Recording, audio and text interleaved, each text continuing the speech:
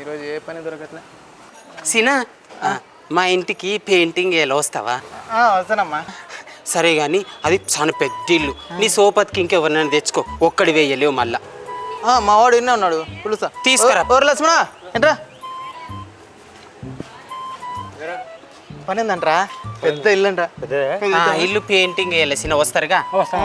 సాయంత్రం పెయింటింగ్ అయిపోగానే చేతులు పైసలు పెట్టి పంపిస్తా. మధ్యలో మీరు ఏమన్నా కళ్ళు తాగుతారా, బజ్జీలు తింటే తెప్పిస్తా. సరేనా? ఫోమా మరి. ఫోమ్ పారి పొద్దు పోతుంది రాసినా.